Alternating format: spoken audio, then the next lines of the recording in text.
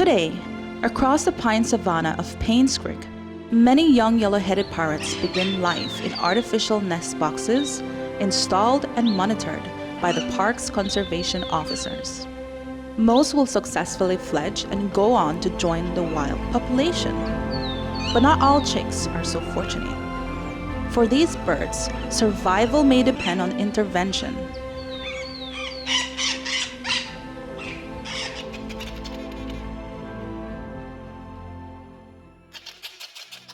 Through our nest monitoring here at Payne's Creek, we do extraction of chicks that are at risk of being poached. We also work closely with the Belize Bird Rescue. If we get evidence that or get information that is poaching taking place in a certain area, the Belize Bird Rescue team would join forces with us, and then we'd recce those areas, and whatever we find, we'd extract. And then the Belize Bird Rescue would take care of those, and eventually we introduce them back into the wild. Young parrots arriving at Belize Bird Rescue would still be dependent on their parents in the wild. Instead, they rely entirely on the rescue center staff, who provide the care and feeding they would normally receive in the nests. But the goal is not to raise parrots in captivity. From the moment they arrive, rehabilitation is focused on preparing them for life in the wild, encouraging natural behaviors while limiting dependence on people.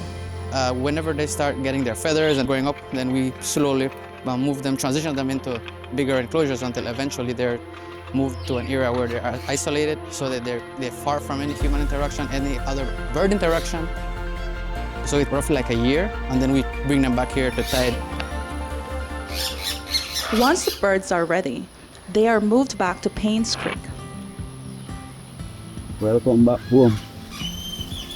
Here, they spend time in a pre-release aviary. We have what we call a pre-release cage. That's away from humans. We don't interact as much. Once they're here, they're in that cage for 10 to 12 days. That is for them to acclimatize themselves. They're seeing what's happening around them. We feed them once a day, no other interaction for the rest of the day.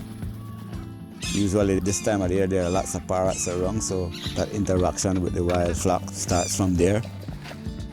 They're also seeing predators, because predators definitely visit that cage. And so they're seeing where they will have to face whenever they come out of that nest. You want to come out. Active. And then we open the cage. They come out if they want. If they don't want to come out, they can stay in there until eventually they feel safe enough to come out. And most of the time, once we open the cage, after those 10 to 12 days, they come out to feed right there, and then once they leave the cage, they don't come back.